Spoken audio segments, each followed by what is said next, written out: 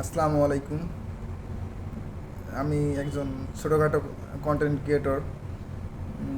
আমার channel Islamic release creator নামে একটা চ্যানেল আছে আমার ইউটিউবে। প্রায় 13,000 সাবস্ক্রাইবার আমার চ্যানেলে আছে। তো এই মুহূর্তে হঠাৎ করে ভাই আমার চ্যানেলে একটি ভায়োলেন্ট ইস্যু খাইছি ভাই।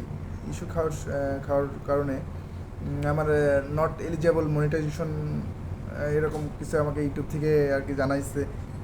হঠাৎ আমি ইউটিউব স্টুডিওতে যাওয়ার পরে আমি দেখি যে এরকম আমার আর্নিং যে অপশন ওইখানে গেলে দেখাচ্ছে যে নট এলিজেবল মনিটাইজেশন অ্যাভেলেবল।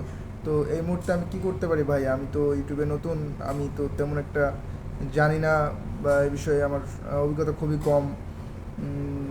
যে সকল ভাইদের বা বোনেদের এই সম্পর্কে জানা আছে, যারা অবগত, এই প্রবলেম ফেস করেছেন ওইখান থেকে এবং প্রবলেমটা সলভ হয়েছে, সেই সকল ভাই ও বোনেদের কাছ থেকে আমি একটাই রিকোয়েস্ট করতে চাই, অবশ্যই আমাকে ভাই একটু হেল্প করেন।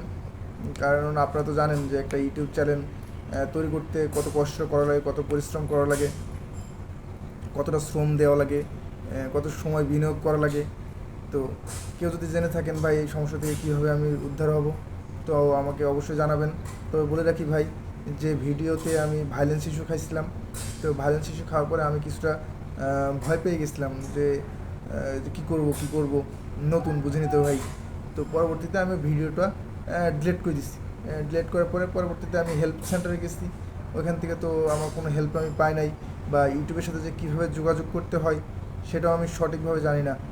কোনো ভাই যদি জেনে থাকেন এই বিষয়ে, তো অবশ্যই আমাকে একটু জানাবেন। আপনাদের কাছে পার্সোনালি রিকোয়েস্ট করি ভাই, অবশ্যই আমাকে যেন জানান ভাই, এই প্রবলেম থেকে আমাকে উদ্ধার করেন। ধন্যবাদ ভাই।